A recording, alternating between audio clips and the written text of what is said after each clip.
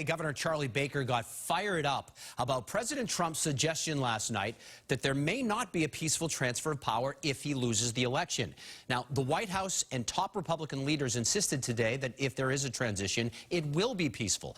But the president's words have many people worried, as WBZ's Bill Shields shows us. For weeks, the president has made clear his distrust of mail-in ballots. You know that I've been complaining very strongly about the ballots, and the ballots are a disaster. And he's called the upcoming election rigged.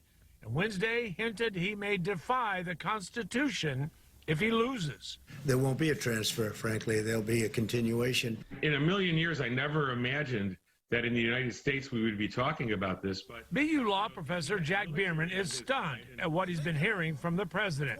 In Washington, even Republican leaders who support Trump at every turn agree there should be a smooth transition of power if he loses.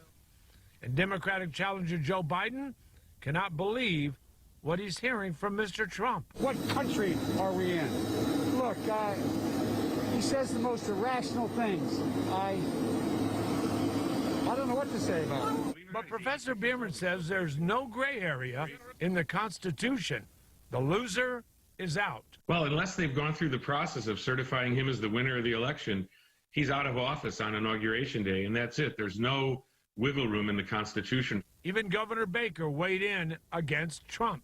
And those of us who serve in public life will do everything we can to make sure that the people's will is followed through and executed on.